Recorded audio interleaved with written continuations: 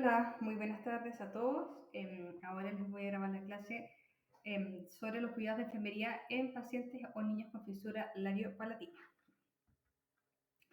Esta es una imagen, ¿cierto?, de una guaguita que tiene una fisura de labio pequeña y le quiero dejar esta imagen porque en este mundo de los niños con fisuras pasa mucho que las mamás, cuando saben o cuando reciben a este recién nacido con esta malformación facial, eh, no aceptan a este niño en algunas oportunidades. Y hay otros padres que le echan la culpa a la madre y así sucesivamente. Entonces, inicialmente, trae un poco de problemas a nivel familiar. Son niños que los papás no le quieren sacar fotografías hasta que están recién operados ya con su cierre de labio. Y que también les llama mucho la atención a la gente en general cuando andan sin su cirugía en sus controles. Entonces son los niños que lo tratan de proteger mucho, sobre todo al principio, del que dirán de las cámaras, porque es un tema muy susceptible para los padres. Pero para la madre siempre es bien aceptado, para ella siempre sus niños son los más lindos del mundo. Y en realidad esta es una patología que tiene una cirugía que es cada vez más frecuente, que tiene menos complicaciones y que deja menos secuelas. Entonces los niños hoy en día no quedan con tantas secuelas como era anteriormente hace unos 30 o unos 40 años atrás. ¿Qué es una fisura labiopalatina?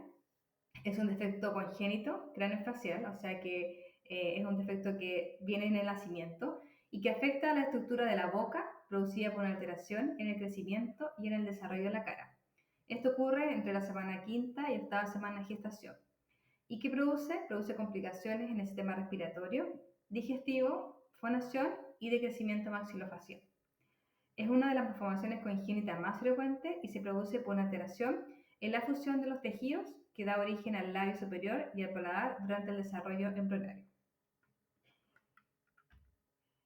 También se define como una alteración anatómica producida en el desarrollo embrionario entre la cuarta y la novena semana, porque hay una falla en la migración celular o en la unión de la línea media de las estructuras faciales que se evidencia en una separación del labio superior, eso es cuando se habla de una fisura del labio, una separación del paladar, cuando se habla de una fisura palatina, o mixta, tanto del labio y paladar, que ahí se habla de las fisuras labio-palatinas.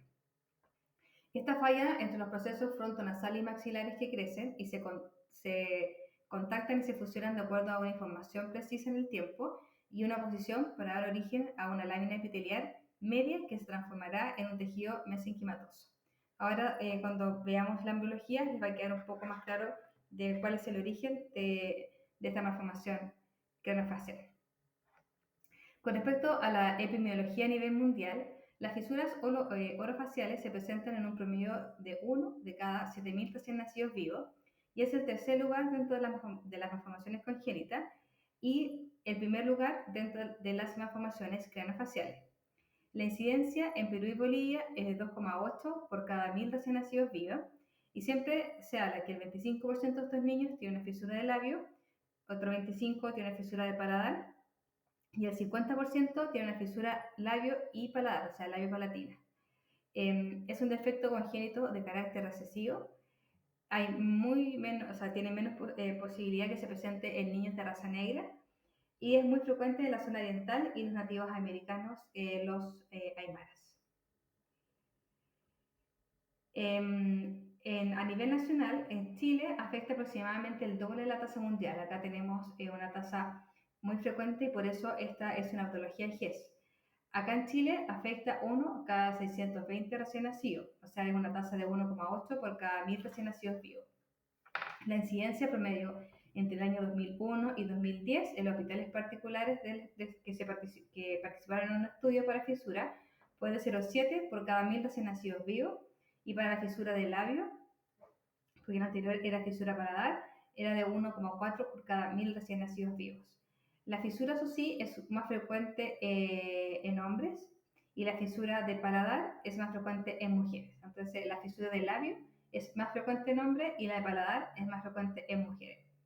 Y acá, al igual que en las malformaciones anorrectales, hay una alta incidencia en la zona de la Araucanía y también en las regiones altiplánicas del norte. Ya lo que es primera y segunda región se presenta también bien frecuente esta patología. Y eso también tiene que ver con lo que mostramos en la lámina anterior, que la incidencia en Perú y Bolivia es bastante alta y acá tenemos un alto porcentaje, ¿cierto?, de pacientes, o sea, de niños que vienen de las regiones altiplánicas, por eso se da tanto en el norte. Y por ejemplo, en el Hospital Félix Bulnes, en el año 1998 y 2005, la tasa de recién nacidos con fisura fue de 1,4 por cada 1.000 recién nacidos vivos. Las proyecciones anuales hablan que en Chile se presentan 452 casos nuevos por cada año. Y, por ejemplo, en el Hospital Ífalo Maquena, alrededor de cada año se presentan 45 casos, llegan 45 casos nuevos. En el año 2011 hubieron 55 casos de pacientes nuevos. O sea, esto igual varía entre cada uno de los años, pero se acerca a un número entre 45 y 55 niños nuevos que ingresan con esta patología. Si uno ya tiene un hijo que tiene este defecto, la posibilidad de tener otro hijo con el mismo defecto es de un 4%. Ahora, esta posibilidad aumenta si hay ya 2 niños que presentan este defecto. La posibilidad de que un tercer niño nazca con algún defecto, ya sea de fisura de labio, se acerca a un 9%. Y si hay uno de los padres y un hijo que tiene este defecto, aumenta la posibilidad a un 17% de que se presente nuevamente este defecto en la familia. Entonces tiene un porcentaje genético importante. Fíjense, esta es la tasa de incidencia por regiones y acá vemos que se presenta, ¿cierto?, más frecuente en la región de la Araucanía, ¿ya? Se presenta en 1 cada 200 recién nacidos vivos. Y en el norte también, 1 cada 342 en la primera región y 1 cada 259 recién nacidos en la segunda región. Son las regiones que tienen más incidencia y se presentan estos casos a nivel nacional. Ahora, ¿por qué se produce esta malformación? Ya sabemos, y lo vimos recién, que la genética tiene un peso, pero la genética es responsable de 1/3 de esta patología. Y el otro 2/3 es de causa desconocida. Y dentro de esta causa desconocida se encuentran los factores ambientales y los factores teratogénicos como medicamentos, el uso de AINES durante el embarazo o de hipervitaminosis durante el embarazo, uso de drogas, tabaco y alcohol, las infecciones virales y los factores mecánicos también afectan a que se presente una fisura. Factores mecánicos del embarazo, ya si hay poco líquido amniótico, ¿cierto? Si el niño está con oligohidroamnia, o sea, con poco líquido amniótico, hay pacientes que por estos factores de poca movilidad también presentan fisura de labio. Entonces, como vimos genéticamente, los estudios explican que el 25% de los niños fisurados tienen antecedentes de familia con fisura y hay más de 180 síndromes que se asocian también a fisuras del labio palatina, como el síndrome de Ewart, el síndrome de Patot o el síndrome de Pierre-Robin. Y ambientales, como ya lo vimos, algunas infecciones virales bacterianas como la rubiola y la sífilis, químicos, todo lo que es pesticidas, aerosoles y aromatizantes, medicamentos, glucocorticoides, anticancerígenos, relajantes musculares y sobre todo los AINES. Y también la presencia de alcohol y drogadicción de los padres también influye como ambiental. Acá vemos algunos síndromes genéticos que están asociados a fisura del labio. Acá vemos una foto de un recién nacido que tiene un síndrome de Ewart y acá vemos un paciente que tiene un síndrome de Pierre-Robin. El síndrome de Pierre-Robin se caracteriza por una hipoplasia de la mandíbula inferior, ¿cierto? Que tiene una lengua muy corta. Entonces, estos niños se realiza una cirugía de una distracción mandibular, se les ponen unos distractores cuando son recién nacidos y estos distractores van avanzando la mandíbula hacia adelante, porque estos niños si no tienen mucha posibilidad de destrucción de vía aérea porque la lengua siempre obstruye, ¿cierto?, el paso del aire. Y esto también se asocia, como acá ven, una fisura palatina en un paciente con Pierre-Robin. Y habíamos visto el tema hereditario, que importa mucho la presencia si hay un padre con un hijo, uno de los hermanos o 2 hermanos, cambia el porcentaje de posibilidad de que se presente esta patología. Y algunos factores como la edad materna, ambas edades extremas, madres muy jóvenes y madres más maduras, también presentan esta patología. estrés intrauterino y, como ya le había explicado, el oligohidroácido. Ahora vamos a pasar a ver la embriología, que esta patología también da respuesta, no tiene una fisiopatología, sino que la fisiopatología en esta patología se reemplaza por la embriología, ¿ya? Acá vamos a empezar a recordar de nuevo un poco de embriología y vamos acá a hablar sobre el estodermo. El estodermo, al final de la cuarta semana, se va a rodear de un proceso frontonasal, dos procesos maxilares y dos procesos mandibulares. ¿Ya? Acá se ve.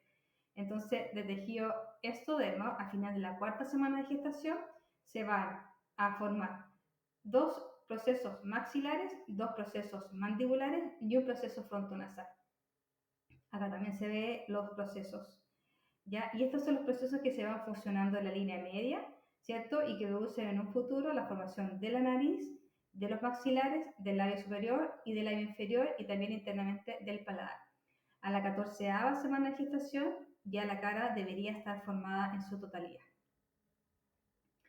Entonces, el proceso frontonasal, que sería este de acá, ¿ya? El morado, este va a ser el encargado de formar la frente, el puente nasal y el proceso nasal.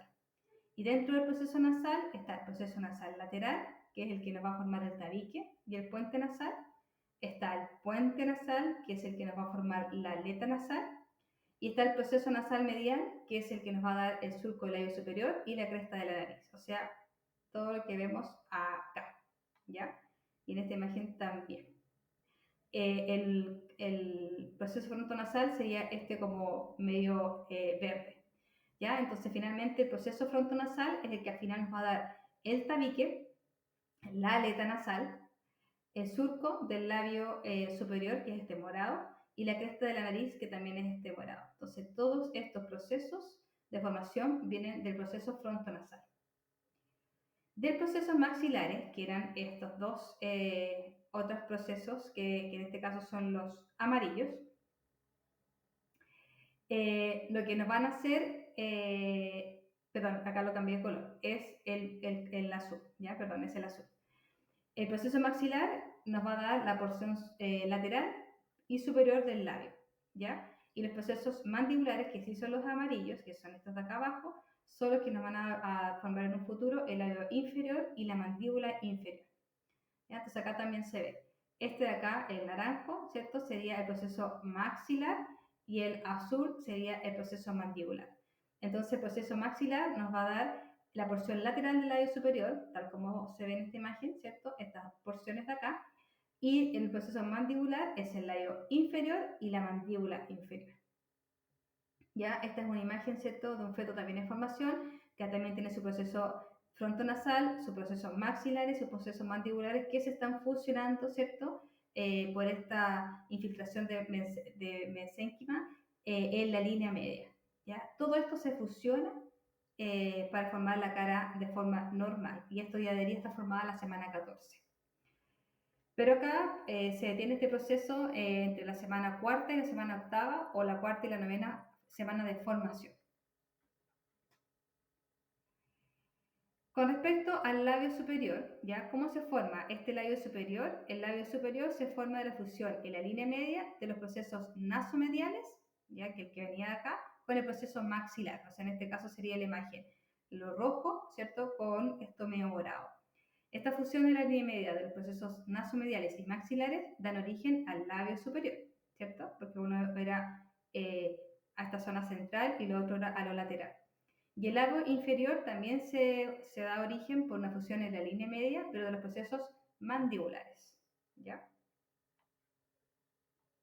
Y como les dije, toda esta unión de estas estructuras, esta fusión, se lleva a cabo de una infiltración de mesénquima a la 11ª semana de gestación. El paladar, porque ya entendimos cómo se formaba la cara, ¿cierto? Ahora tenemos que entender cómo se da origen a la formación del paladar. Esto de acá, que eso se va a llamar el foramen oval, ¿ya? Ahí la vamos a ver y vamos a entender cómo se clasifican las fisuras y por qué es tan importante este foramen. Básicamente, el paladar primario nace la fusión del maxilar superior con el proceso nasomedial, Y el segmento intermaxilar va a dar origen al surco subnasal, no subnasola, sino subnasal, a los 4 incisivos superiores y el paladar primario. Este triángulo, que es el más clarito, se llama paladar primario. Entonces, este segmento intermaxilar va a dar origen al surco subnasal, a los 4 incisivos, dientes superiores, y a este paladar primario, que es este de acá, triángulo que es más claro. ¿Ya? Y el paladar secundario, ya que acá está el agujero incisivo, básicamente es la fusión de la línea media de dos proyecciones de las crestas palatinas y del paladar primario, ya porque este es el paladar secundario, que es el blando. El paladar primario es el paladar duro, ya. Este es el paladar blando, que es el paladar duro, y todo esto azul es el paladar secundario, que es el paladar blando. ¿Ya? Y esto se da origen por la fusión también, todo es en la línea media de las dos proyecciones de las crestas palatinas y el paladar primario. Y el paladar primario y el paladar secundario se juntan por este agujero, que es el agujero incisivo, ¿ya? Que está acá. Entonces, en relación a la clasificación de esta patología, hay varias clasificaciones. Una de ellas es la nomenclatura internacional de la fisura labiopalatina. ¿Cómo clasifica esta clasificación internacional? Por grupo 1, 2, 3 y 4.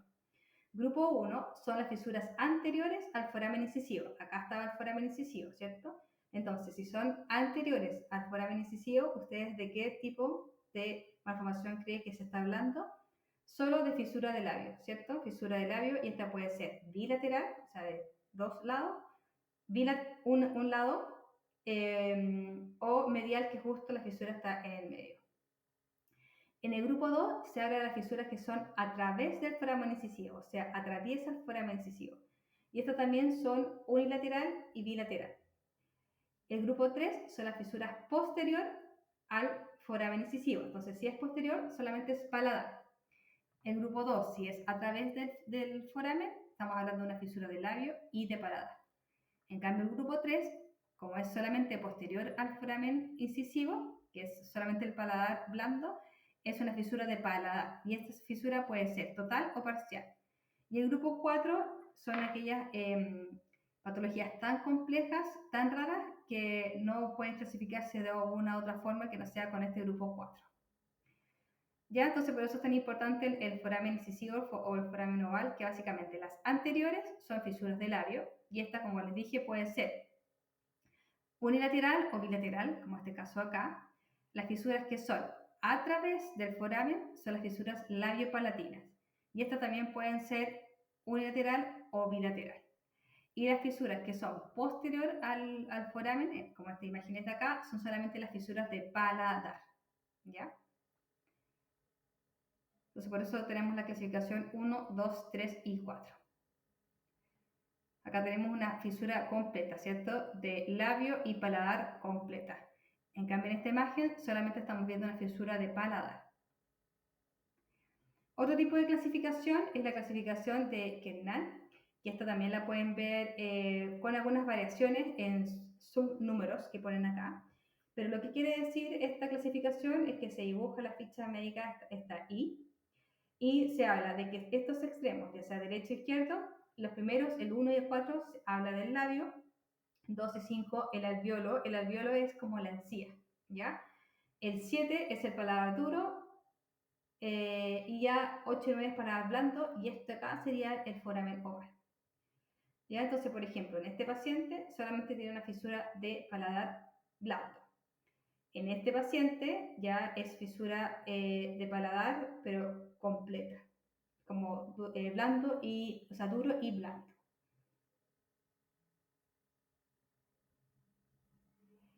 ¿Ya? Y esta misma I, con variaciones en subnúmeros, es una clasificación y una nueva clasificación propuesta por el doctor Monasterio en el año 2008, pero básicamente es como lo mismo, ¿ya? Fisura de labio, fisura paladar, pero acá incluye la fosa nasal, porque hay niños que, ahí vamos a ver dentro de las características de la fisura, tienen muy afectada la fosa nasal. Entonces, por esto parte con la fosa nasal, ahí parte el labio, ¿cierto? alvéolos, paladar anterior y paladar posterior o blando. Entonces, si yo les muestro esta imagen, ¿qué tipo de fisura tiene este paciente? Es una fisura de labio. Y este es el alvéolo, ¿ya? Esto como mucosa que queda acá, ¿cierto? Expuesta, a eso significa cuando hablan del alvéolo. ¿Cuáles son las características que nos encontramos al enfrentar a un paciente con una fisura? Bueno, ¿qué es lo que vemos acá? ¿Cierto? Vemos una interrupción, ¿cierto? Vemos un labio abierto, vemos un proceso que es el alvéolo que está acá a nivel central, vemos una fosa nasal mucho más ancha, ¿cierto? Tenemos expuesta la mucosa, la encía está separada y estos niños tienen dificultad para alimentarse, pero la dificultad que tienen para alimentarse es porque no pueden hacer un vacío por este orificio que presentan a nivel del labio, ¿ya? Y porque tienen comunicada claramente la fosa nasal con la oral y les pasa alimento, ¿cierto?, desde la boca hacia la zona de la nariz. Y también es muy característica esta deformación de la nariz. Como ustedes ven acá, una ala nasal mucho más plana que la otra y una nariz muy ancha. Lo mismo acá en este caso, ¿cierto? Una nariz más ancha y una fosa nasal mucho más aplastada que la del otro extremo. Entonces, lo que primero nos encontramos son las características estéticas que ya vimos y muchas veces los dientes se insertan por delante y de forma poco ordenada, ¿cierto? Sino que más bien donde hay espacio, como se ve en esta fotografía. Entonces estos niños tienen problemas para alimentarse porque no tienen una dificultad para la succión, porque no pueden hacer el vacío. Tienen presente el reflejo de succión, pero no logran hacer vacío, ¿cierto? Porque está esta zona totalmente abierta y la encía abierta. ¿Qué nos vamos a contar en un paciente que tiene una fisura palatina? Vamos a ver que tiene la comunicación oral comunicada con la fosa nasal y esto produce muchas veces el paso de alimento y produce muchas veces broncoaspiración. Por eso estos niños siempre tienen asociado mucho hospitalización por cuadro respiratorio, sobre todo neumonía, por algunas microaspiraciones en el minuto de la alimentación. Hay una dificultad de la comunicación en estos pacientes cuando no se hace una cirugía reparadora porque filtra aire. Entonces, cuando filtra aire por el paladar blando, es que estos pacientes presentan una forma de comunicarse un poco nasal, ¿ya? Es porque pasa el aire desde la fosa, desde el paladar hacia la fosa nasal y por eso estos niños tienen un sonido nasal cuando hablan. Tienen mucha más predisposición a presentar infecciones al oído, o sea, otitis media repetición, y estas otitis pueden llevar a una hipoacusia porque estos niños presentan una trompa de Eustaquio más horizontal que en los niños normales. Por lo tanto, si presentan muchas otitis a repetición, esta membrana timpánica se pone muy fibrosa y esto nos lleva a una hipoacusia. Entonces se juntan dos cosas malas. Una, un paciente que no logra escuchar bien y otra, este paciente que no logra modular muy bien la fonación. Y estos niños cuando van creciendo ocupan muchos gestos para poder expresarse y mucha mímica de forma de compensar esta poca claridad en su lenguaje. ¿Cómo es que se hace el diagnóstico de esta patología? Se hace a través de la ecografía. Hoy en día cada vez encontramos ecografías que son 4D, 5D inclusive, que son estas de acá. Entonces, a partir de las 16 semanas se pudiese hacer este diagnóstico de una fisura, pero en general la ecografía se hace entre la semana 20 y 24 de gestación y esta ecografía va a buscar malformaciones en el feto. Y como vemos en estas imágenes, acá vemos un paciente con fisura de labio, acá vemos un paciente con fisura de labio y acá también vemos a un paciente con fisura de labio. Lamentablemente no se puede saber si es solo labio o es labio y paladar, porque solamente se logra ver, ¿cierto?, con ecografía la formación del labio. ¿Cuál sería la ventaja de poder hacer un diagnóstico antenatal ya confirmado? Primero es que estos padres van a estar mucho más preparados para enfrentar toda la patología que se les viene, todas las cirugías que vienen de su hijo. Ya se pueden atender las necesidades emocionales de los padres. Tienen una mejor aceptación del hijo que viene con esta malformación. Hay mucho menos sentimiento de culpa. Pero fíjense que en la Fundación GANS tienen el antecedente que solamente un 15% de todos los niños que ingresan a la Fundación GANS viene con el diagnóstico prenatal. ¿Por qué tan pocos niños? Porque igual esto es operador dependiente, o sea, tiene que ser una persona muy capacitada, el ginecólogo, ¿cierto? Para lograr ver este tipo de patología en las imágenes de la ecografía. Pero por eso es tan importante que las mujeres no se pierdan sus controles ginecológicos, sobre todo ecográficos, a ciertas semanas que son muy importantes para hacer algún screening de alguna malformación de su hijo en gestación. Pero el diagnóstico se confirma una vez que este niño nace. El examen físico que hace el neonatólogo o el pediatra que recibe este paciente lo hace pasando el dedo, ¿cierto?, con un guante a través del paladar, y ahí se va a ver si tiene fisura de paladar, y la fisura del labio es mucho más obvia y llamativa al momento de hacer el examen físico. Entonces ellos con esta sospecha de diagnóstico de fisura del labio o de paladar tienen que derivar al hospital de base, donde estos niños van a ser evaluados por un maxilofacial o un cirujano plástico, quien confirma el diagnóstico. Y es ahí es que este niño entra al GES. La enfermera en esta patología tiene un rol muy importante, porque las enfermeras hacen educación prenatal, o sea, la enfermera que está a cargo de este policlínico en el Hospital Carlos Maquena, ella cuando los padres ya saben que viene con alguna fisura, la contacta y ella logra hacer mucha educación antes de que el niño nazca. Súper importante también educar sobre la importancia del apego, porque acá casi siempre cuando viene un niño con alguna malformación, inmediatamente se lo separan de la madre y no siempre logran hacer un muy buen apego, porque como es con esta urgencia quirúrgica o médica, los separan y se los llevan a los servicios de neonatología. Los papás ya están mucho más empoderados, saben y conocen cómo pueden alimentar a su hijo. Súper importante que la enfermera coordina la atención con psicólogos del equipo. A un inicio este psicólogo es para apoyo de los padres y después ya este psicólogo sigue haciendo control para el paciente, ya sobre todo en la edad de adolescencia, que hay mucho bullying para estos niños, los molestan mucho en el colegio y hay todo un tema con respecto a la aceptación de esta patología y las secuelas que tienen en su cara.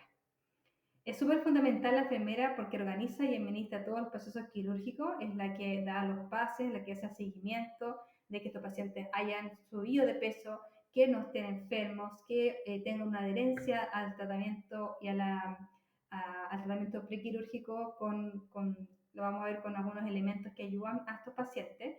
Coordina todas las especialidades, porque ya vimos que estos pacientes ya tienen otitis media repetición, entonces casi siempre estos niños son evaluados siempre por otorrinos y es en la segunda cirugía de cierre de paladar que estos niños terminan con una meningotomía o con tubos T para evitar estas otitis a repetición que casi siempre están muy relacionadas. Hace muchas educación y seguimiento a todos los padres y su familia. Se preocupa de las curaciones postoperatorias, es la que retira los puntos, la que hace la curación, la que está vigilando todo el proceso de estos pacientes y la que hace una atención centralizada y toda una comunicación efectiva con el equipo, sobre todo con los cirujanos. Entonces, el rol de la enfermera o el enfermero en esta patología es muy clave. Y acá vemos un poco para que ustedes vean la cantidad de médicos y especialistas que tienen que ver estos niños cuando nacen con fisura. Enfermera, otorrino, al mes de vida, genética, odontopediatra, fonoaudiólogo, kinesiólogo, psicóloga, psicopedagoga, escuela de padres, hasta una cosmetología clínica. Después, cuando ya son más grandes, hay algunos lugares donde les enseñan a maquillarse para simular, ¿cierto?, estas cicatrices que hayan quedado. Entonces, desde el primer mes de vida hasta los 15 años, perdón, estos pacientes están en un constante, ¿cierto?, control por todos estos especialistas. ¿Cuáles son los objetivos del tratamiento del cierre de la fisura, ya sea de labio o de paladar? Primero es hacer una reconstitución anatómica y estética de los tejidos, o sea, volver estos tejidos que están abiertos o comunicados a su forma natural. Después está restaurar la función normal y la apariencia estética, que es muy importante, dejar la menor secuela posible, con una cicatriz cada vez más pequeña y que pase desapercibida, perdón, para el resto de la gente.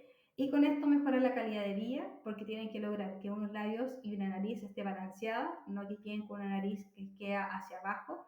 Tienen que quedar con una adecuada unión muscular y una mínima cicatriz. Con eso vamos a mejorar la expresión facial y verbal. Se promueve y estimula todo el desarrollo de la autonomía y el autoconcepto positivo, que es muy importante sobre todo en la época de la adolescencia, y también facilita la integración social y mejora los problemas de lenguaje y los problemas de audición que pueden presentar si es que estos niños no son atendidos y resueltos de forma precoz. La ortopedia prequirúrgica, que yo se los había nombrado, ahora cada vez se está ocupando más.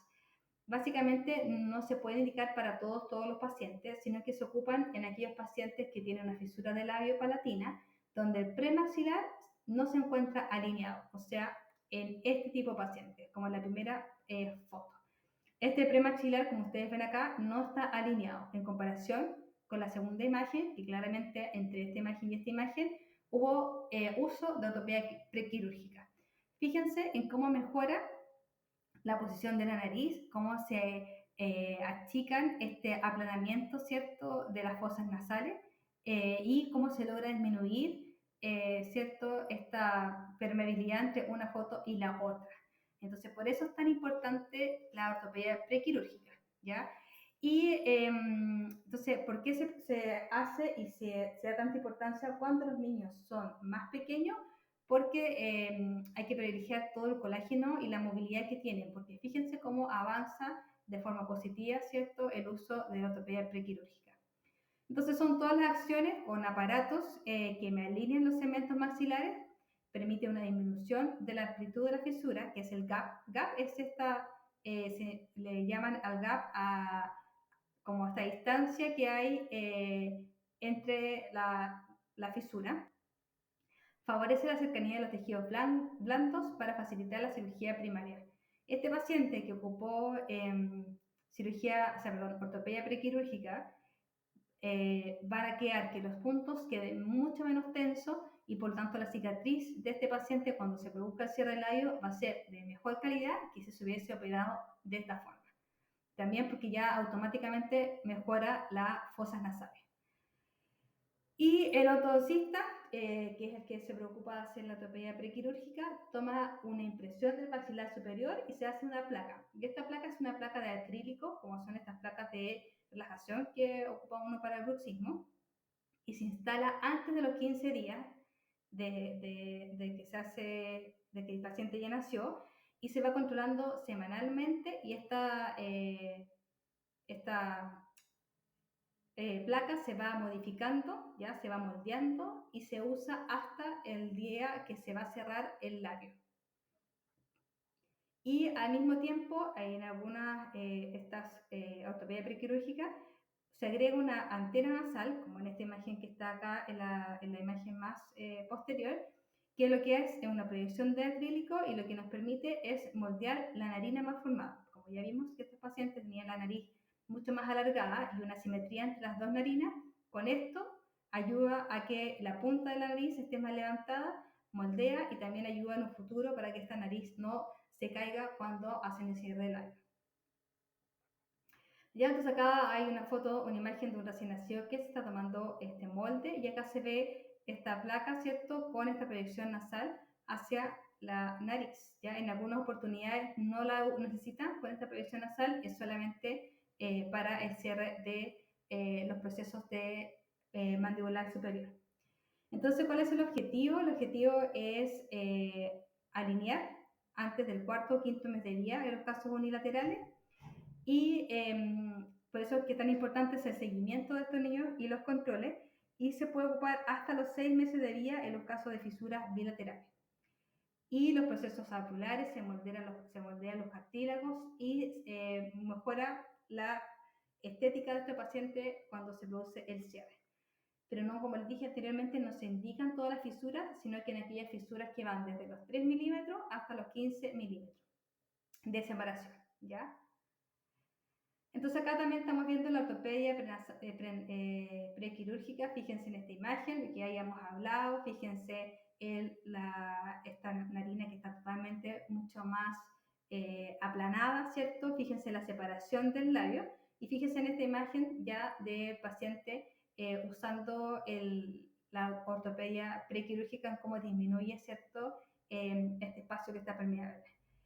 Entonces, ¿por qué es moldeable en el periodo de recién nacido y se debe ocupar de forma tan precoz? Porque todavía los niños cuando son recién nacidos, acuérdense que están bajo la acción de los estrógenos maternos y eso hace que sea un tejido mucho más elástico y mucho más plástico, todas las estructuras óseas y de cartílagos y se puede moldear, ¿ya? Entonces, fíjense en esta imagen que hay este aplanamiento del ala nasal, hay una desviación, ¿cierto?, de la columna del septo nasal, porque está totalmente desviada, hay un desequilibrio entre los músculos, ¿ya? Y fíjense en la diferencia que hay entre esta imagen y esta imagen, lo que disminuyó la distancia usando esta ortopedia prequirúrgica. Y también esta técnica la pueden encontrar como la placa de Grayson, ¿ya? Placa de Grayson o técnica de Grayson se llama a estas placas con estas proyecciones que son eh, hechas por el odontopediatra. Ya sabemos entonces que nos va a ayudar a una buena estética nasal a largo plazo, por lo tanto, si este paciente tiene una buena estética nasal, va a requerir menor procedimiento quirúrgico en la nariz y posteriormente en retoque. Me va a acercar los segmentos maxilares y me va a moldear el tejido blando, disminuyendo la tensión y favoreciendo la reparación del labio y la nariz. Me va a mejorar la alimentación, porque acá se produce un cierre del defecto, entonces los pacientes logran hacer vacío para poder alimentarse con su placa y normaliza la posición de la lengua, porque si no, la lengua está siempre posicionada en este defecto hacia arriba, y con esto la lengua se mantiene en el piso de la mandíbula inferior. Y se obtiene una plataforma maxilar mucho más estable. Entonces, esos son los beneficios, ¿ya? Como vemos acá en esta imagen, fíjense también cómo ayudó a la alineación, ¿cierto? Esta es una foto tomada desde abajo, en esta proyección de nariz de esta guaguita. Cómo mejoró la simetría de las alas nasales, fíjense, ¿ya? Usando la placa versus cuando estaba recién nacida. ¿Cuáles son los cuidados de esta placa? Básicamente hay que lavarla como se lava cualquier placa de relajación, ¿cierto? Con agua y jabón después de cada alimentación, porque hay que evitar que se formen hongos, porque los niños tienen mucha baba y esto está siempre muy húmedo, entonces por eso es importante siempre estar lavando la placa de forma constante. Muy importante la asistencia a los controles con el odontopediatra y en verdad al principio son semanal o semana por medio, y aquellos niños que no logran avanzar y no logran tener una adherencia, la cirugía se retrasa por esta poca adherencia. Es súper importante prevenir la dermatitis facial y las úlceras que se pueden producir intraorales, y por eso cada cierto tiempo se van cambiando y se van moldeando estas placas. Se usa en un promedio de 5 meses y básicamente la eficiencia, ya la vimos, va a ser totalmente dependiente del uso. Por lo tanto, es muy importante educar a los padres sobre la adherencia. ¿Cómo se puede prevenir la dermatitis? Porque acá esto se saca varias veces al día. Muy importante prevenir la zona de las mejillas del recién nacido con algún fixumul que se ocupa de base, y sobre ese fixumul se fija la tela, porque si no hay mucha dermatitis, y constantemente estar observando la fosa oral por dentro para saber si se produjo, ¿cierto?, alguna úlcera intraoral. Y ahora vamos a pasar a la alimentación. Ya vimos que la alimentación es algo bastante dificultoso, ¿cierto?, en los niños que presentan fisura. Y es por eso que hoy en día existen unas mamaderas especiales, porque hay algunos pacientes que no logran finalmente acoplarse al pecho materno y no logran tomar lactancia de forma directa del pecho. La alimentación en el paciente fisurado es uno de los problemas más importantes y el que le causa más angustia a los padres, saber cómo van a poder alimentar a este niño que tiene todo esto abierto. Porque la alimentación no solamente implica la entrega de nutrientes, sino que también es un espacio de apego entre el hijo y la madre. Entonces sienten que si no les dan pecho, no hay apego con la madre, pero eso cada vez no es tan real porque se puede hacer apego igual alimentando al paciente con una mamadera. Entonces lo que tienen estos niños es que no presentan alteraciones neuromotoras, o sea, no tienen problemas para poder hacer una deglución correcta, pero tienen el reflejo de succión y el reflejo de deglución presente, pero como les dije anteriormente, no pueden hacer el vacío para hacer este reflejo, esta succión de forma eficaz. Entonces, estos niños, idealmente, solamente con fisura del labio, y si es unilateral y es pequeña, estos niños no deberían tener dificultad para alimentarse directamente del pecho materno. Pero aquellos niños que sí tienen una fisura del labio palatina completa, ya sea uni o bilateral, van a presentar dificultades en la alimentación. Como les dije anteriormente, porque no logran realizar esta presión negativa intrabucal para poder hacer una buena succión y sacar la leche desde el pecho de la madre. Entonces, como no realizan una adecuada succión, este niño consume mucha energía en este intento por tratar de extraer la leche y es por eso que estos niños no suben de peso, sino que más bien bajan de peso. Entonces, es súper importante con este niño de fisura tener súper claro los objetivos de la alimentación y un control de peso seriado semanalmente, incluso en aquellos pacientes que se están alimentando con las mamaderas especiales que vamos a ver más adelante. Y eso también es 100% función de la enfermera. Entonces, ¿por qué? Porque estos niños no se pueden operar hasta que no tienen un peso adecuado. Por eso es tan importante mantener y observar cómo va la curva de crecimiento y de peso en estos niños para revisar la técnica o cambiar algo en relación a la técnica de la alimentación si es que estos niños se mantienen muy bajo peso. Entonces, ¿cuáles son las técnicas que se educan a las madres cuando lo están alimentando con lactancia materna en los pacientes que tienen una fisura del labio? Son dos. Una es siempre de posición vertical, o sea, básicamente es esta la posición, en la cabeza de la guaguita frente al pecho, porque al salir la leche baja, porque en algunas oportunidades esta leche sale y se va hacia la fosa nasal, y ahí son estos niños que muchas veces vomitan y botan mucha leche por la fosa nasal. Entonces con esta posición, que está frente al pecho de la madre, evitamos, ¿cierto?, un reflujo y el paso de la leche pasa directamente ya hacia la vía digestiva. Otra forma es en esta forma, ¿ya?, que le llaman al costado del niño, que se pone entre el pecho y el brazo de la madre. Se sujeta al niño con la cabeza y se introduce el pezón dentro de la boca, presionando el pecho con la madre para ayudar la salida de la leche. O sea, en este caso, la madre es quien ayuda a la extracción de la leche con esta presión que ella va haciendo, como ordeñándose su propia mama para ayudar a facilitar la extracción de la leche para el niño y que no tenga que hacer tanto esfuerzo. Y esto también evita que los niños, como les dije, estas posiciones se atoren y les salga la leche por la nariz y terminen vomitando todo lo que se demoraron las mamás en alimentar. La alimentación con mamadera es también hay que hacerlo con estas mamaderas que la vamos a ver ahora a continuación, cuáles son las diferencias entre una y la otra y cuáles son las que se recomienda. Pero básicamente lo que hay que saber acá es que siempre la boca tiene que estar más alta que el estómago para favorecer, ¿cierto?, la digestión y evitar este reflujo y que le salga la leche por la nariz. Y hay que estar observando el patrón de alimentación, succión, deglución y respiración. Y esta alimentación no puede durar más allá de 30 minutos en los niños. ¿Por qué es importante observar el patrón de succión, deglución y respiración? Porque vamos a ver que con estas dos mamaderas lo que yo hago es que le ayudo al niño a que pueda extraer la leche. Entonces, los niños que ocupan lactancia artificial deben usar su prótesis, ya, o esta placa, para poder succionar la mamadera y con eso logran hacer el vacío.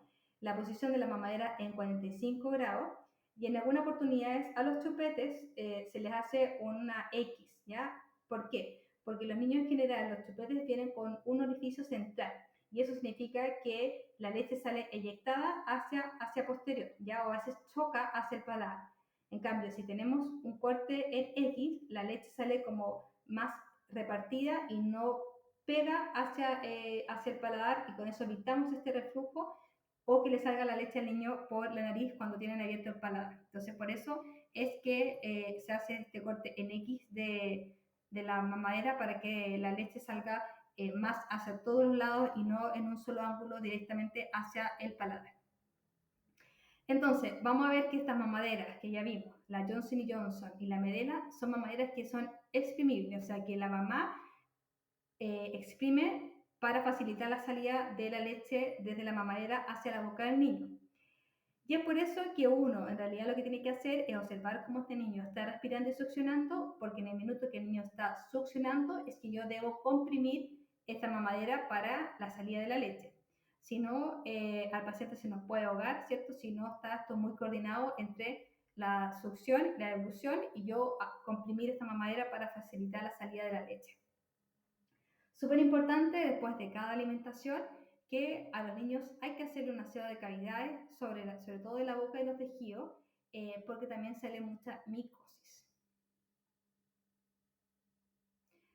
Entonces acá tenemos las mamaderas que les hablaba yo, la Johnson Johnson y la Medela. Esta mamadera es blanda, es muy blanda, es una batería que permite el cambio de chupete y la variabilidad del flujo y forma lo da cuánto comprime la madre, ¿cierto? Esta mamadera para la salida de la leche hacia el niño. Entonces permite una compresión única o asistida, donde yo comprimo esta parte de acá, ¿cierto? Y sale la leche hacia la boca del niño. En cambio, esta mamadera, la Havel Medela, es una mamadera que tiene dos espacios, ¿cierto? Un chupete que tiene tres flujos de leche. Acá, ese es un flujo, ese es otro flujo y otro es un poquito más largo, una tercera línea. Y lo que ayuda a esta mamadera es que ayuda a disminuir la aerofagia, o sea, tragan menos aire. Y la compresión, a diferencia de esta, uno comprime esta zona de la mamadera, que esto es lo blando. Entonces la leche sale de acá hacia acá y es esta zona la que yo comprimo para lograr la salida de la leche hacia el niño. Lo único malo de esta mamadera es que no permite el cambio de chupete porque solo se puede usar con este tipo de chupete. Y están estos otros tipos de chupetes también que ustedes pueden encontrar en el mercado para los niños que tienen fisuras, ¿cierto?, de labio. Entonces acá queda el labio cubierto con este tipo de chupete y esto queda como que ayuda a cerrar el defecto. O están estos tipos de mamaderas que son como vasitos. Hay niños que nunca logran succionar muy bien con chupete, entonces hay que darles como con una especie de vaso. Y esta otra mamadera con este chupete tan largo que es para la fisura del paladar. Claramente todo esto queda cubriendo el defecto del paladar y la leche sale por esta puntita directamente ya hacia la cavidad digestiva, ¿cierto? Hay otras que tienen cuchara y aquí están los chupetes donde uno les hace el corte en X o el corte en Y. Les voy a dejar estos dos videos para que ustedes vean. Esta es una página de pacientes con fisura de Estados Unidos y hay dos o tres videos que muestran claramente cómo se alimenta un niño con la mamadera Medela y con la mamadera la Johnson Johnson para que lo revisen. Se les voy a dejar los links para que después ustedes lo revisen cuando termine la clase. Ya, pero acá se ve que es una mamadera totalmente exprimible. Esta la Johnson Johnson es más barata. Acá hay una niñita que se está alimentando con una mamadera totalmente normal, ¿ya? Entonces no es obligación que los padres compren, porque son caras las mamaderas, o sea, la medela debe costar como 40.000 pesos cada una. Entonces hay que tener lo que los padres tienen al alcance y ver cómo lo toleran. Si hay niños que pueden alimentarse con una mamadera normal, se alimentan con esa mamadera. Y si no lo logran, es que se empieza a conseguir, ¿cierto?, para poder gestionar la compra de sus otras mamaderas. Tenemos otro paciente con una fisura del labio que se está alimentando con una mamadera también normal. Y acá estamos viendo cómo se está alimentando con la mamadera que tiene dos flujos, la de Medela, y es acá donde la madre comprime, ¿cierto? Que es lo blando y con eso ayuda a que le entre la leche a la boca al niño. Y acá también hay varios videos que muestran cómo se ocupa esta mamadera, ¿cierto? Así que se los voy a dejar también todos en la página de Canvas para que lo puedan revisar después. Y también existen estos vasos. Este es un vaso que se creó para los pacientes de África que no tenían medios para poder comprar las mamaderas, que es básicamente lo mismo, la leche se lleva a este vasito y es de aquí donde el niño succiona y puede tomar su leche. Ahora vamos a ver cuál es el tratamiento, ¿ya? El tratamiento va a depender si es una fisura de labio. Fíjense este niño y este mismo es el mismo niño, fíjense cómo quedó post-operado. Este es pre-pabellón y este es post-pabellón. Fíjense cómo cambia totalmente su cara, ¿cierto?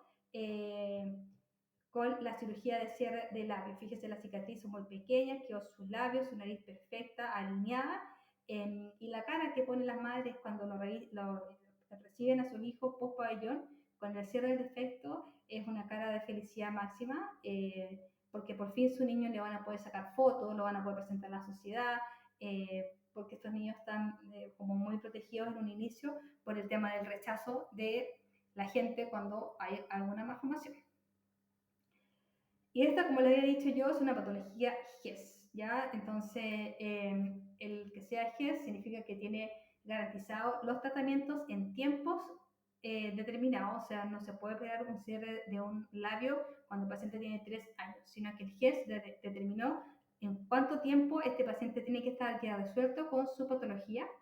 Incluye toda la etapa prequirúrgica, entonces todas estas placas de Grayson y la ortopedia prequirúrgica la incluye, la cirugía primaria y secundaria y toda la rehabilitación y seguimiento de estos pacientes. Ya les había hablado de todo el equipo multidisciplinario que lleva estos pacientes, con el cirujano plástico, la enfermera, otorrino, genetista, odontopediatra, fonoaudiólogo, kinesiólogo, psicólogo y nutricionista y asistente social. Entonces, estos son los tiempos quirúrgicos que habla la guía GES del MinSal cuando un paciente tiene que estar cerrado el labio. El labio, ya sea si es solo labio o tiene una fisura de labio palatina, es lo primero que se cierra y entre los 3 y los 6 meses de nacido del paciente tiene que estar cerrado el labio. ¿Y por qué se parte? Primero por el labio y después por el paladar, por el tema de la aceptación de la familia. Lo primero que se cierra siempre es el labio. Luego del cierre del labio, entre los 6 y los 24 meses, viene el cierre del paladar. Hay algunos lugares, en el Hospital Calvo Maquena, cierran junto el paladar blando y el paladar duro en un solo tiempo quirúrgico, y eso es antes de los 12 meses. ¿Por qué es importante que sea antes de los 12 meses? Porque acá los niños empiezan con una fonación, a fonar, a decir las primeras palabras, y si tienen abierto su paladar, estos pacientes después se acostumbran a hablar y a modular las palabras con este filtro de aire. Entonces, por eso es tan importante que la fisura de paladar esté resuelta, ya sea paladar blando o paladar total, hasta antes de los 12-18 meses. Pero hay un plazo que es hasta los 24 meses, ¿ya? O sea, el paladar blando, que es el paladar secundario, el posterior, entre 6 y 12 meses. El paladar completo, antes de los 2 años, tiene que estar cerrado. Y el paladar duro, que es el anterior, ¿cierto? Entre los 18 y los 24 meses. Y también es por la salida de los dientes, que tiene que estar cerrado idealmente lo más precoz, porque también los dientes empiezan a salir y si este paladar no está, sobre todo el paladar duro, ¿cierto? Que acuérdense que están ahí presentes los 4 incisivos, pueden salir ya de forma muy desordenada los primeros dientes de los niños. Y como es una patología GES, los hospitales que ustedes íbamos a practicar en un minuto y que recibían a estos pacientes, algunos por nombrarles, el Calvo Maquena recibe a los pacientes de fisura de Arica, del norte, de todo el Servicio Metropolitano Oriente y Occidente. El Hospital San Borja recibe a los niños con fisura de todo el Servicio de Salud Metropolitano Central. Y la Fundación GANTS, que antes también lográbamos ir a una práctica clínica ahí, todavía eso no lo sabemos, llega a los niños del sur, o sea, de Aysén y de Magallanes. Y ahora vamos a empezar a ver cuál es la patología, o sea, el tratamiento de cada una de las patologías. Como les dije, la primera cirugía es el cierre del labio. Y esta cirugía se llama, o se le dice, queilorinoplastia, ¿ya? Queilorinoplastia. O cirugía primaria o cirugía de cierre del labio. Lo pueden encontrar con esas 3 formas. Y este paciente, para ya ser sometido a un cierre de labio, tiene que tener todas las condiciones necesarias para esto. O sea, tiene que tener un peso adecuado, no puede estar cursando ninguna patología aguda, sobre todo alguna patología respiratoria, Y esta reconstitución se hace en 3 planos. Primero se hace el cierre de la mucosa oral, después de la musculatura y después se hace un cierre cutáneo para dejar la nariz de forma más sincrónica.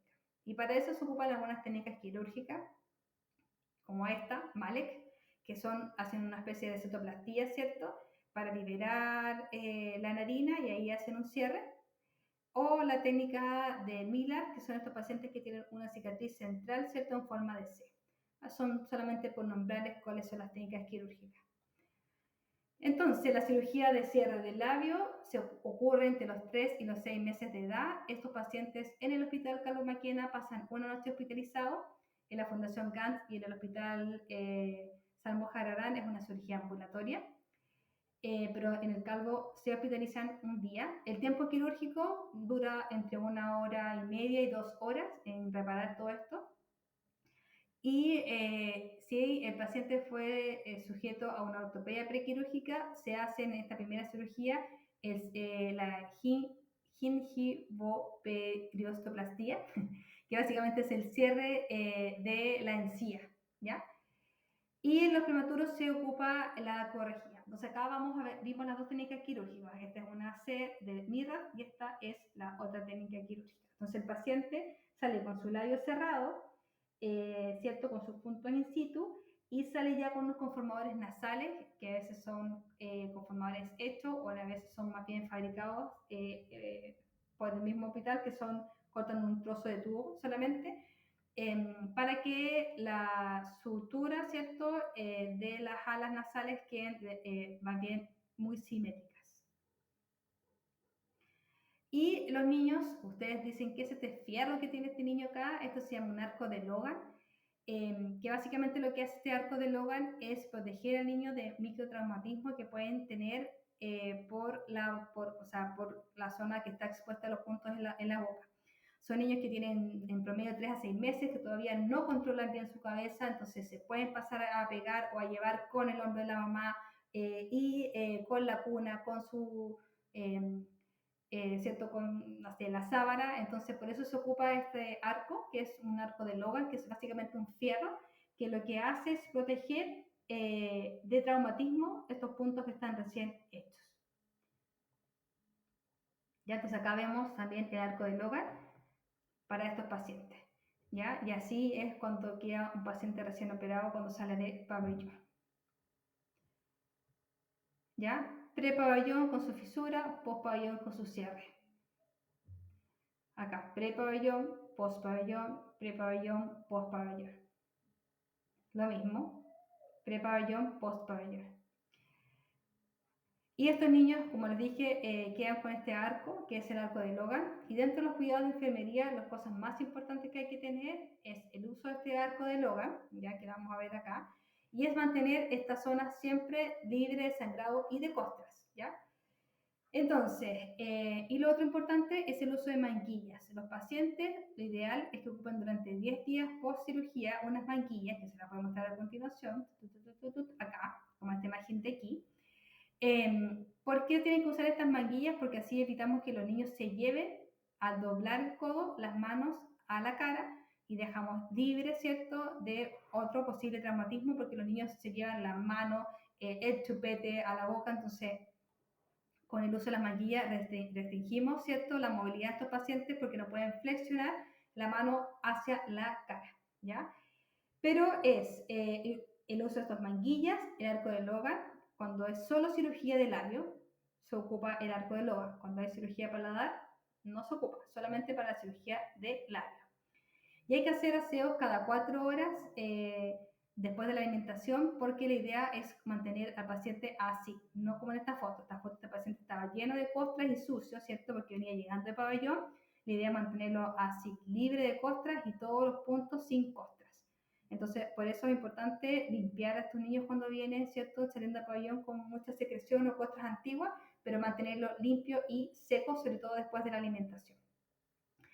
Estos pacientes van a quedar con analgesia y antibióticos por 24 horas y se realiza el retiro de los conformadores, que son estos en este caso, ¿ya? Acá tiene sus dos conformadores, a las 72 horas post cirugía. las enfermeras le sacan estos conformadores nasales que están puestos ahí con puntos. Se retiran estos, pero se instalan otros que son los más blanditos, que son estos de acá, como les voy a mostrar, esto de acá, ¿ya?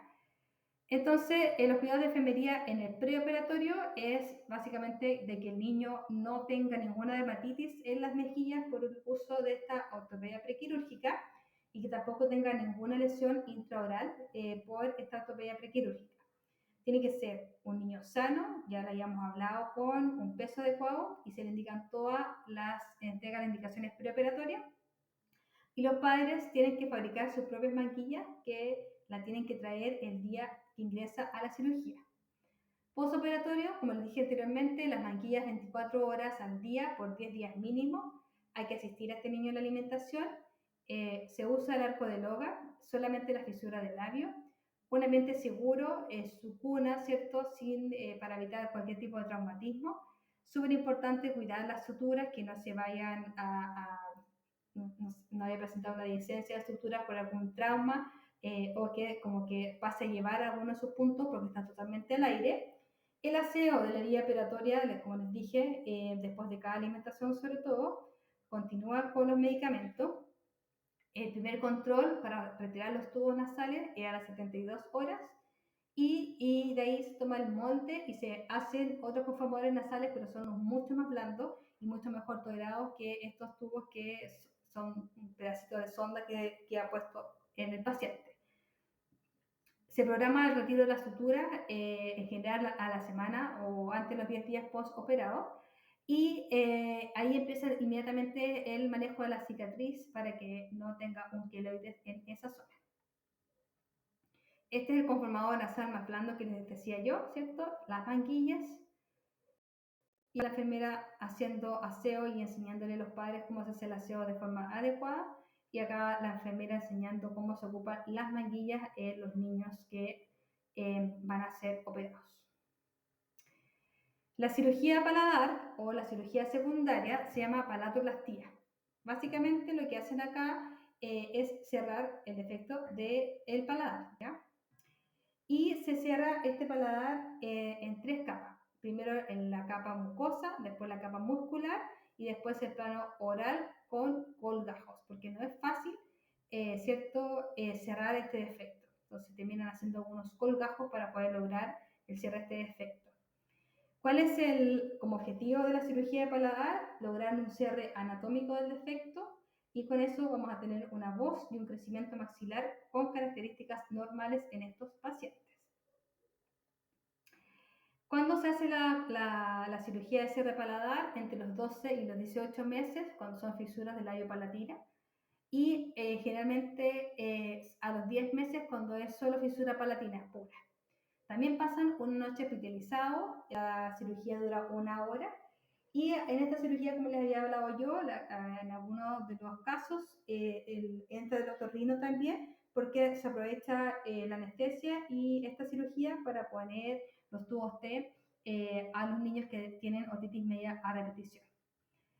También hay que tener un control preoperatorio, también un control con el otorrino, también el niño tiene que estar sano, con un peso adecuado, y se dan todas las indicaciones prequirúrgicas y se resuelven las dudas de los tutores y todo se educa en relación a los cuidados postoperatorios que tienen que tener estos pacientes. ¿Qué es este hilo que ustedes ven acá? En el hospital los niños salen con un hilo sublingual, ¿ya? Que es un punto lingual, que lo que hace este punto básicamente es mantener la lengua en la base del maxilar inferior y que no esté constantemente en contacto con esta cirugía o el cierre que se acaba de realizar. Entonces, estos niños durante las primeras 24 horas quedan con este punto sublingual que se retira al siguiente día antes del alta. La alimentación de estos niños es con papillas y a esta altura están comiendo porque tienen entre 6, 8 o 10 meses, pero todo lo que ingieren tiene que ser frío, ¿ya? Para favorecer la absorción del edema propio postquirúrgico. Y no pueden introducirse nada estos niños a la boca, así que también se usan nuevamente las manguillas por 10 días.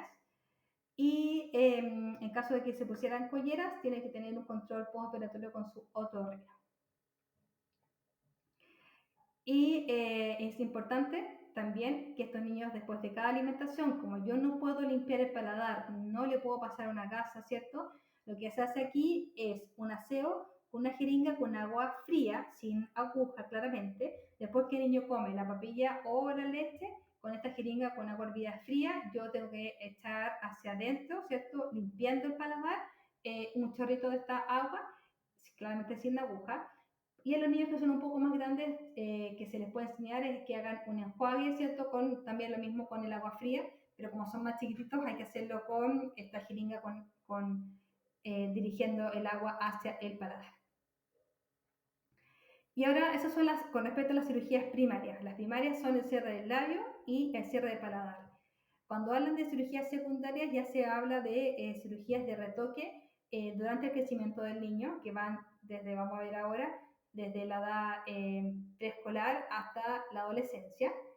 Y una de esas cirugías es el retoque del labio o nariz a edad preescolar. Hay niños como esta paciente de acá, ¿cierto? Que cuando queda con una simetría, ¿cierto? En sus fosas nasales y que se da de forma muy frecuente, con poca proyección de la nariz, se hace un retoque de esta nariz, idealmente antes que el niño ingrese al colegio, o sea, antes de los 6 años, también por todo el tema estético y por el tema de aceptación de sus pares.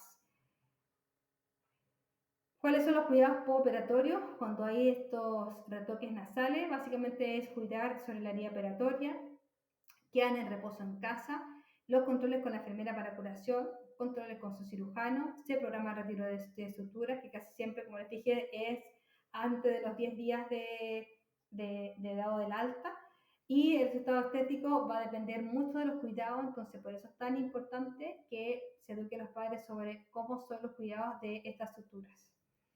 Y también en algunos casos nuevamente quedan con un uso de un conformador nasal, ¿cierto? Para que queden asimétricas las aletas y los orificios nasales.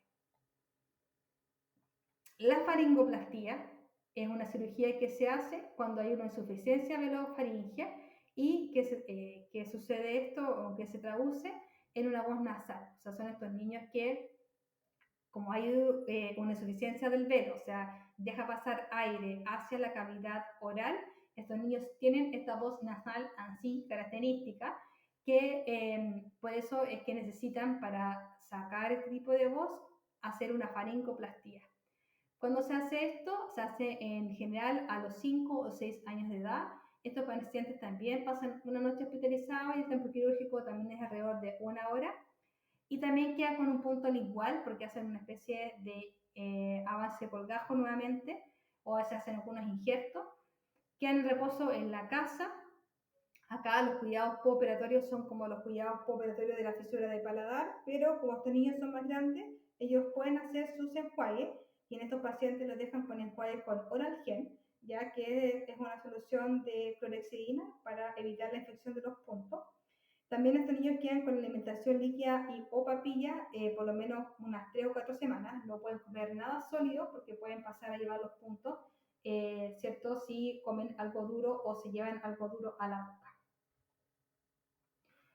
Y el injerto óseo alveolar ya básicamente es que se ocupa cuando la fisura radiopalatina tiene una fisura alveolar primaria o residual, ya no les alcanza a los médicos para hacer unos avances de colgajo y necesitan cerrar este defecto óseo a través de un injerto.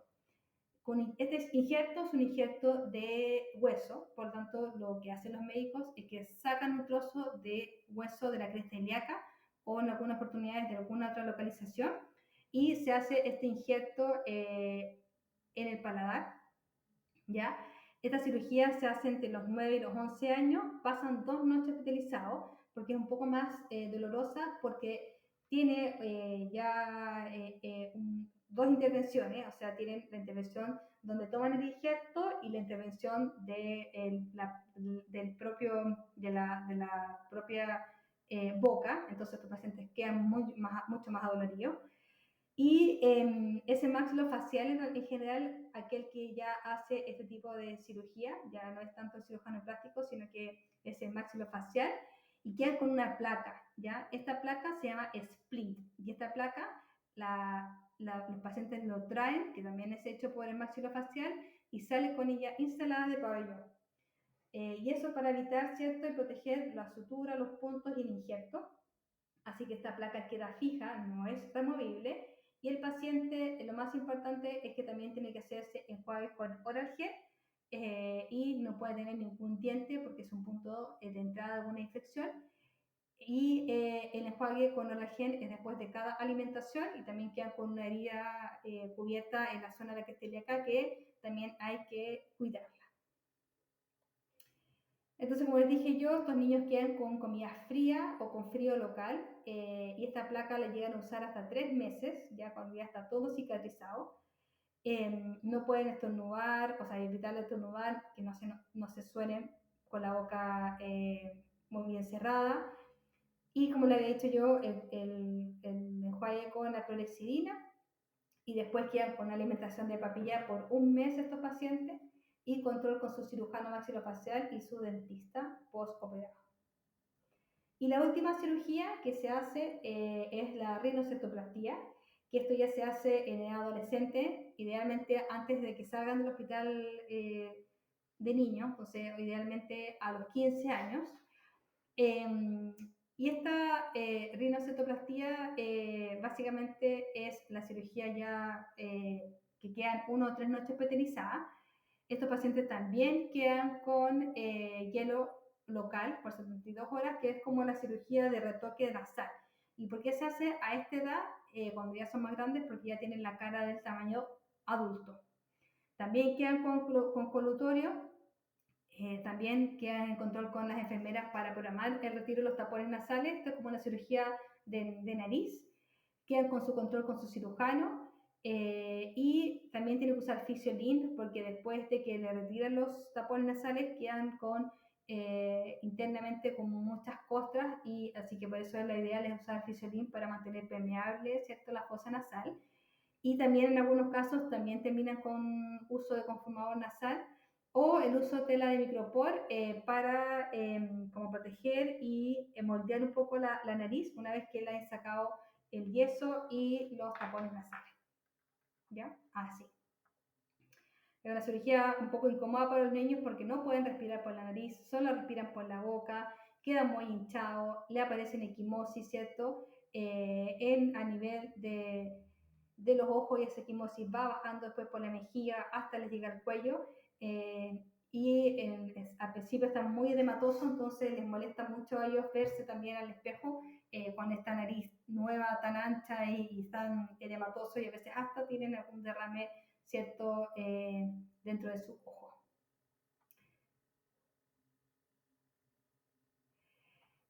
Eso es en relación a la clase. Aquí les dejo la bibliografía, la fuente bibliográfica en que me basé. Y ahí les voy a dejar los casos, ¿ya? Los casos son 3, ¿ya?